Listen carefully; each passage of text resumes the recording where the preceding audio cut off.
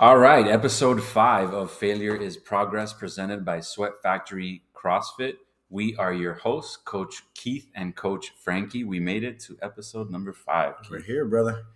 Thank you to everyone who's been following and subscribing. If you haven't already done so, please subscribe wherever it is that you are listening. We are trying to get to 100 followers so that we can start to grow this thing a little bit quicker.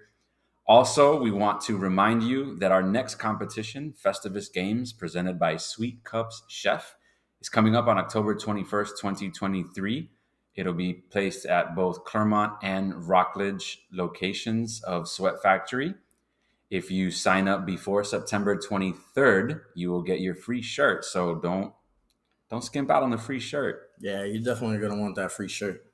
All right. So let's get right into the episode. Today's topic, one of my favorites, thanks to you, recovery.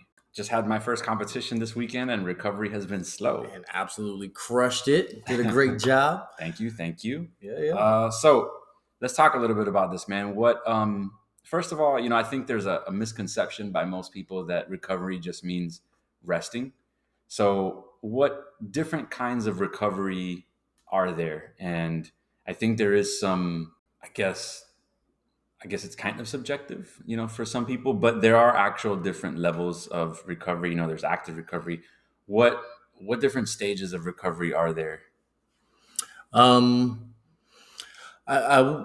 guess I wouldn't classify it as stages per se, but I think it, like you mentioned, it is wildly subjective because it's based off of how you feel.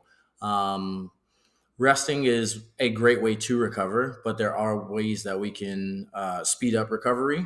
Like you mentioned, active recovery. I wouldn't say there's a different level, but definitely a different type of recovery.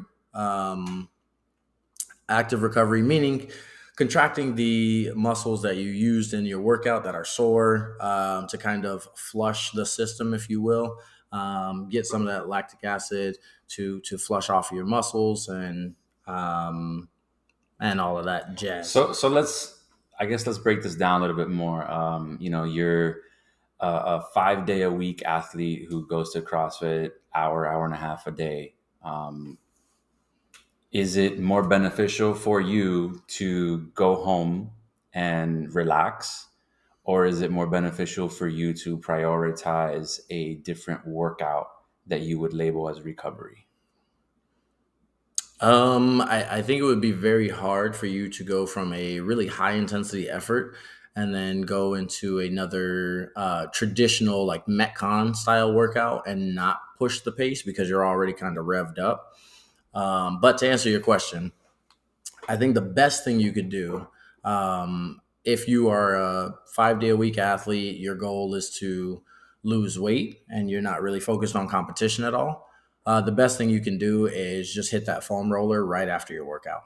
That's a great way to pseudo stay moving, but also you're going to lengthen out your fascia. You're going to increase your blood flow to the muscles that were working the hardest, and that's going to allow you to recover a little bit faster. You're going to get that healthy oxygen into your blood and flush out all the quote unquote bad blood out, and just revitalize that muscle group a lot faster.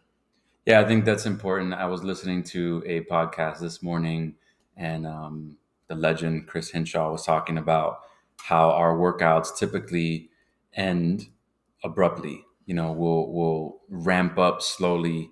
First 5 to 10 minutes, we'll warm up and get our blood flowing, get our muscles a little loose.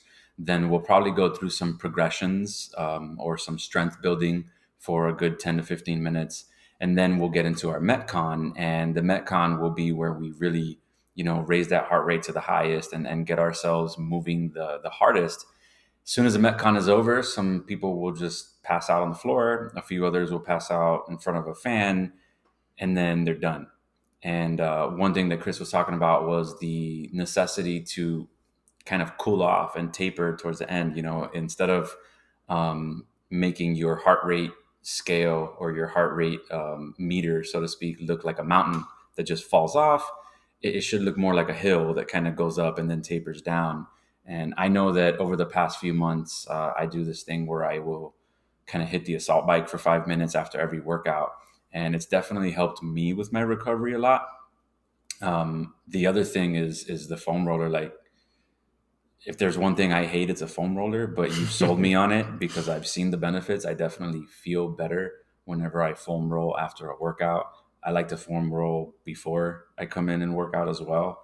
It just really loosens the muscles up, and really puts my body in a state where I feel that I'm able to get into the workout and get out of the workout more recovered and prepared for the next day. Um, Talking about active recovery, right? Let's say that you are somebody who's getting into competitions or whatnot. One thing that I've told a lot of my athletes is it's perfectly okay to go really hard one day and then kind of take the next day and go a little bit less intense, right? Lower the intensity. Maybe don't go as heavy. Maybe don't go as hard. You're still there. You're still active. You're still moving. Would that be considered recovery from the day before? Does it all depend, obviously, on the workout? But would that be a good way to recover and give yourself or set yourself up to heal your body so that you can continue to go through these kind of intense workouts throughout the week? Absolutely. If your goal is for competition and you want to, Monday you want to hit it hard, you want to do your mixed modal stuff, you want to do your heavy training sessions, and then on Tuesday you're feeling super beat up, super sore. That would be the perfect time to hit some aerobic capacity and use that as like a flush day, but also work on, like we mentioned earlier, your engine, which is going to be your cardiovascular endurance, and your respiratory endurance. Those are things that you're not going to really need to go into super high intensity or lifting heavy weights to do. It's not going to beat up your joints as much, usually, depending on what you're doing. So yeah, that would be a great flow. And then on Wednesday, you could hit it hard again, and hit that mixed modal stuff, some heavy stuff.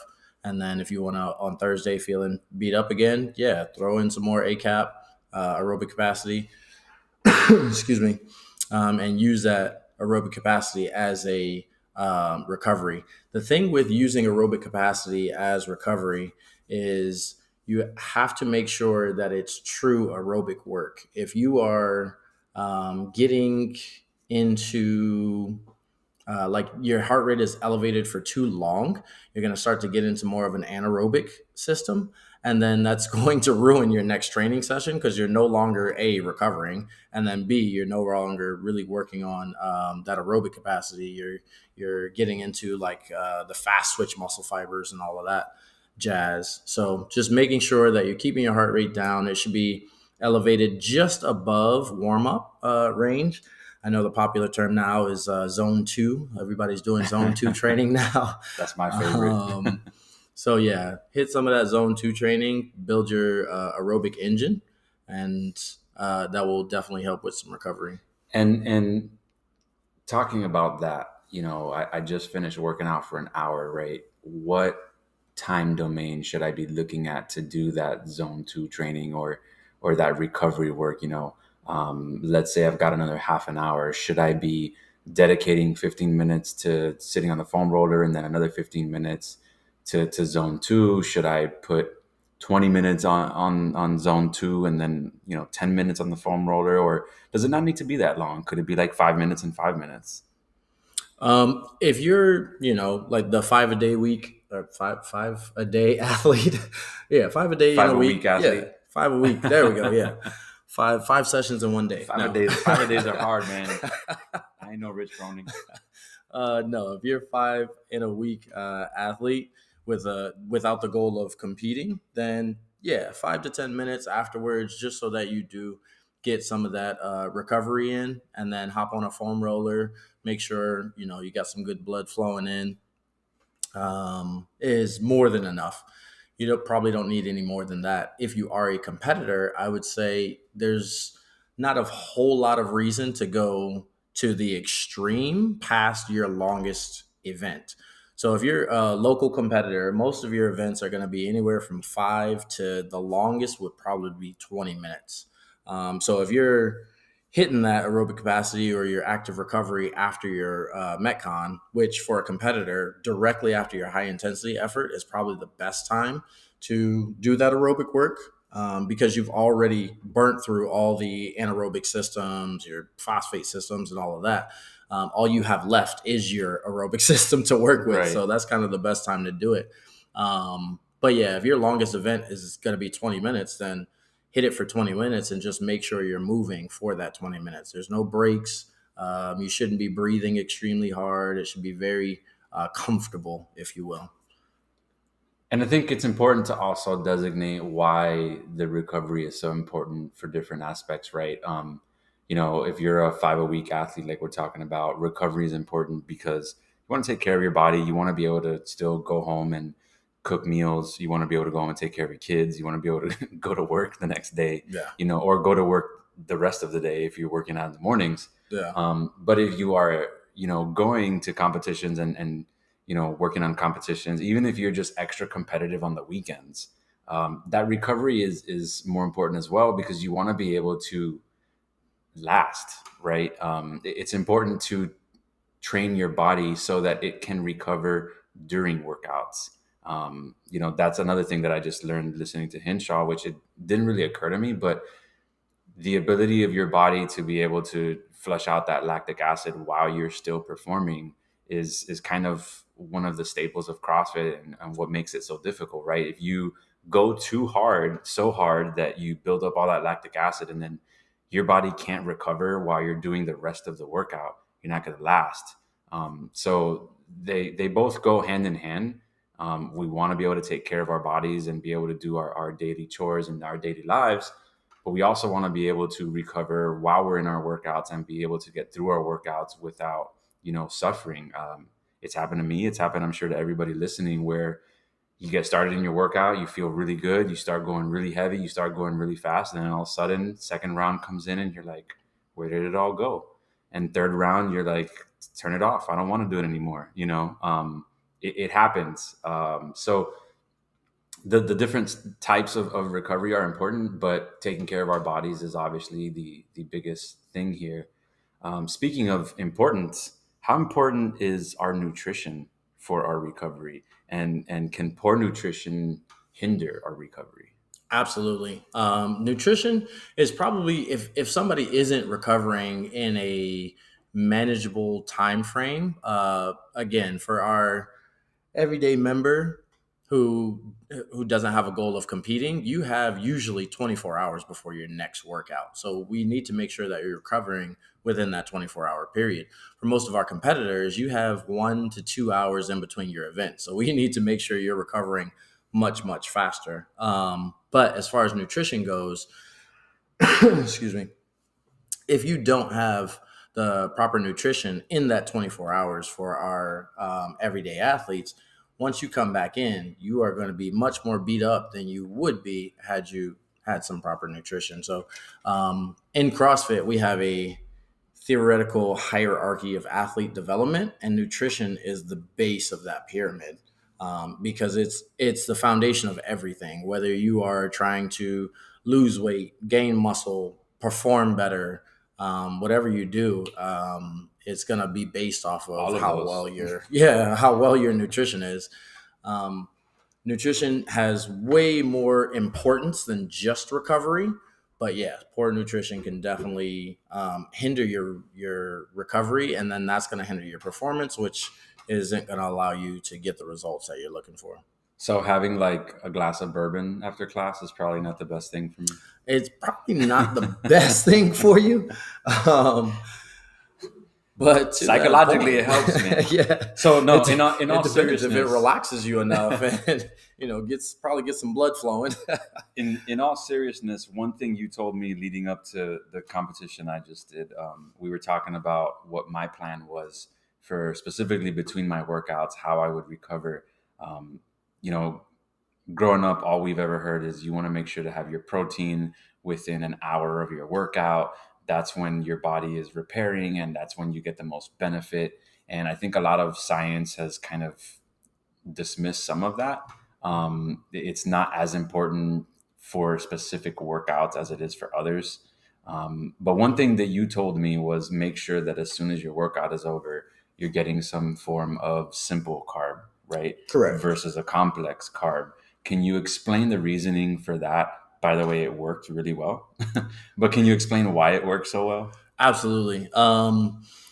When we're doing high intensity efforts, you just rip through glycogen. Glycogen is most of it is stored in your muscles, and that's what allows you to get those high intensity efforts. I mean, CrossFit is a glycolytic sport, so we're going to use a ton of sugars to be able to perform the actual sport. The quicker we can replenish that glycogen store in your muscles, excuse me, the quicker those muscles can recover and be ready for work again. And even if they aren't completely recovered, like let's say, you haven't flushed or anything like that, you're still going to have the energy to perform. You may not want to because, you're still hurting from the last event or whatever the case is, but it won't be a thing to where as you start the event and you're like 2 reps into the event and you're like, oh my gosh, I'm so freaking tired right now that Right. I can't lift my arms or whatever. And simple carbs, just because usually they absorb faster. So it's like almost injecting yourself with a needle straight into the bloodstream. Complex carbs that's why they're called complex. They take a little bit longer to break down. So for the glycogen or glucose to get to your muscles, it's just going to take a little bit longer. Um, I would, however, say that this is a caveat for competition. Because you don't have as much time to recover. Like I mentioned before, you got 1 to 2 hours before your next event. It's not like a regular training day. I wouldn't, Right. in your normal training, be crushing. What's the one that everybody's doing right now? Sour Patch Kids. Everybody's like, after their 1 hour workout, they're taking a fistful of Sour Patch Kids to the face, and I'm like, that's not really what we're trying to do here. Yeah. But I get your intentions, but let's just have a well balanced meal after your regular training sessions, and then during competition, that's fine. Yeah, it was very different. Like I said, we talked about it beforehand, and you suggested simple carbs. I was going to take English muffins with peanut butter and just down those after my competitions. And you said you might want to throw some jelly in there. And jelly is not something that I typically eat with my peanut butter and jelly sandwiches because I just don't care for it. So I did get some peanut butter and jelly sandwiches. Listen to your advice. I also got a nice gallon of sweet tea, Yes, sir. and it's been a while since I had full on sugar sweet tea. It was amazing. But yeah, you were 100% right. I went into my workouts. I did not feel depleted. I did not feel weak. I actually felt really strong and supercharged, and I felt like I performed a lot better than I anticipated. Um, Now, during the week, whenever I'm recovering, whenever I finish my workout, and typically what I do is I'll go for a hard workout in the morning and then I'll kind of taper off throughout the day and then have another light workout in the afternoon because I'm coaching. So I'll kind of go through some of the motions and I consider that a workout. So in some cases, I actually do a workout just before I coach the class. Mhm. So it's very different. I definitely don't go all in on sugars as soon as my workout's over. I'll usually come home and have just a nice balanced meal of 40% protein, 30 carb, 30 fats. Um, but definitely, it's different in competition, man. It was crazy. So, what would it be like if I did do that? uh, and I'm not competing. If I finished my workout at 9 a.m., Mhm. worked out from 9 to 10 a.m., and then at 10 a.m. had a peanut butter and jelly sandwich and a cup of sweet tea, I mean, would I refuel and then just have an excess of carbs, or like is that overdoing it? 9 times out of 10, if you're not really dialed in with your nutrition and you are eating a ton of simple carbs right after your workout, that part isn't the problem. The problem is the other meals that you're having the rest of the day. You're probably going to go way over on the calories that you actually need for your daily energy expenditure. So that's kind of where the problem comes into. Most people are, like I said, crushing a handful of Sour Patch Kids. Sour Patch Kids right after their workout, and then they're still eating the same way they normally eat throughout Right. the rest of the day. I would much rather you, after your workouts, maybe have a little bit more carbohydrates, even if they're complex carbohydrates, in your next meal, rather than you having just a fistful of candy or whatever the Right. case is. For instance, me personally, I have I just call it a beef bowl. So it's just ground beef. I have probably 150 grams of rice, salsa. I think I do 200 grams of salsa, 200 grams of black beans, and then there's this cilantro garlic sauce that I put on top of it. Just mix that up, and I eat that, and Oh, it's a little so bit. so Chipotle. Yeah, maybe a healthier version. There's not quite as much sodium. There's not quite as much sugar in the meat and all of that. But yeah, basically, Now I'm just a hungry. Chipotle bowl. Now I'm hungry. Yeah, man, that's actually a really good prescription right there. Is a little bit more carbs. Maybe I should probably dial in my carbs a little bit better.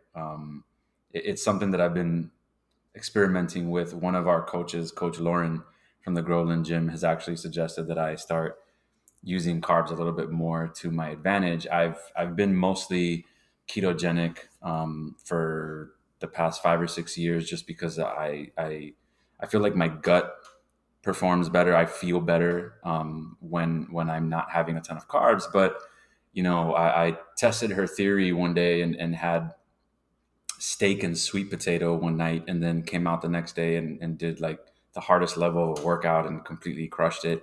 And I was like, wow. It was like Carbs equal domination. No. it that's what it felt like, Yeah. honestly. And it's funny, I didn't take sweet potato for the competition this weekend. I probably should have.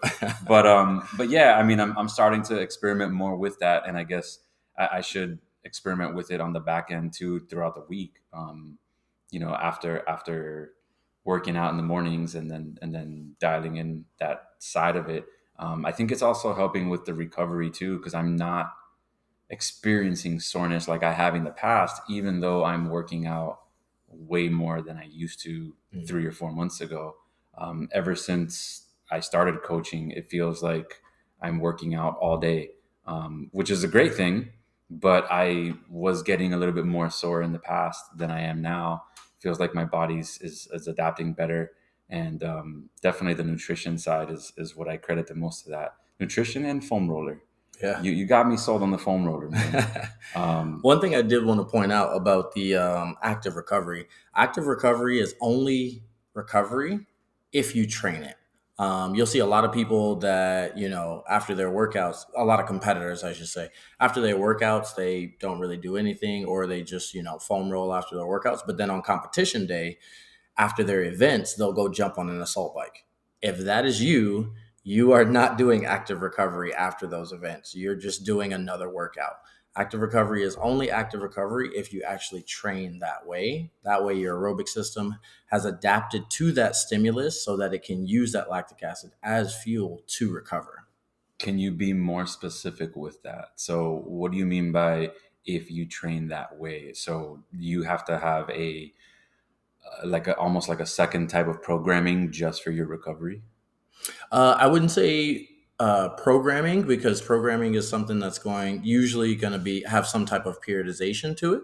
I would just say a recovery protocol. Like every day, no matter what the workout is, this is what I do for recovery. I jump on an assault bike for 10 minutes at we'll call it zone 2, or just a breathing pace. And then Okay. I foam roll for 5 minutes. And then I do some Mobility. yeah, I'm trying to think of the scientific, no, not the scientific term, but the industry term for what it's called, some dynamic stretching. Instead of like longer static stretching, I'm just going to hit some dynamic stretching, and all of that is going to tie into my active recovery post workout. Okay. If that's not something that you do on a regular basis, it's not something you train, your body hasn't adapted to using that as a recovery. So if you only did it on your competition days, you're just going to be making yourself more tired, because your body isn't going to know how to adjust to that extra stimulus that you're giving it on competition day. Okay, I understand. And is this something that anyone can just jump right into? Like you said, is this something that we should work up into? If I decide, like when I started jumping on the assault bike for 5 minutes every day, I didn't really ramp up to it. I probably did 2 or 3 days where I was just sitting on the assault bike, and I think I was somewhere around 150 watts for the 5 minutes. Then after about 4 or 5 days, I started trying to go for 50 calories in 5 minutes. Whatever the pace didn't matter. I just went for 50 calories in 5 minutes. Sometimes I would get most of those calories in the first 3 minutes and then slow down.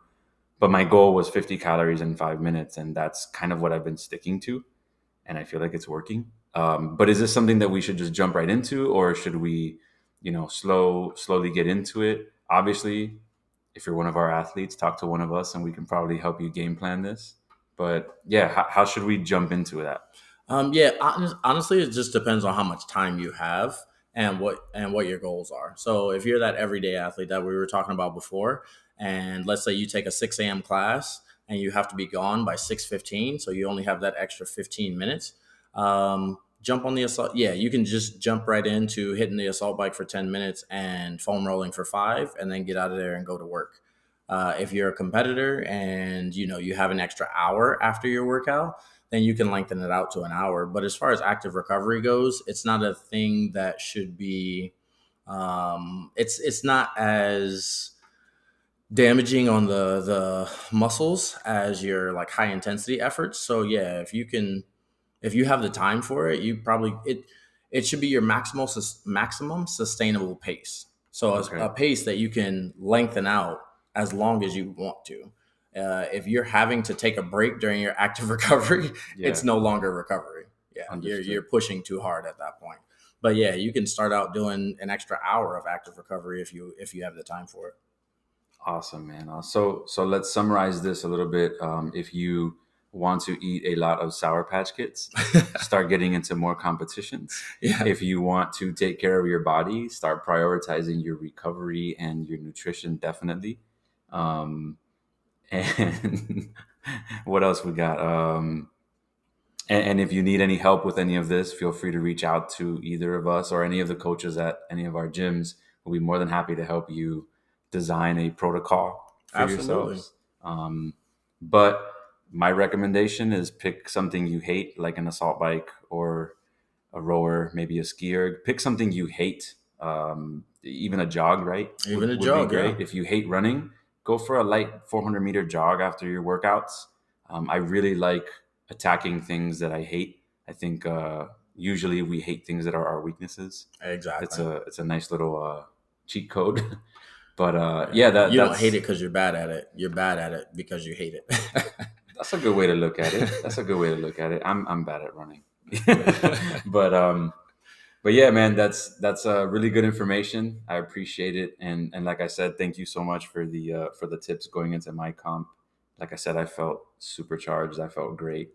And you did great, man. There was also that heat of competition. Yeah. Those that excitement running through you. So it was very fun. Speaking of competition, guys, one more time, if you have not signed up for the Festivus Games, October 21st, 2023 at Claremont or Rockledge, please do so. We have the links on our Facebook page. We have the link on our website.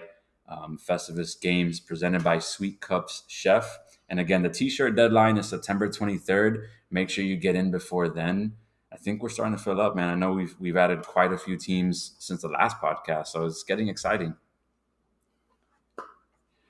And that'll do it for episode 5. Thank you again for listening. Make sure you subscribe and please share this with anyone who you think will enjoy it. Like I said, we're trying to get to our 100 subscribers so that we can start to grow this thing and really start getting more value for you. Thanks again. Have a good one. Take care, guys.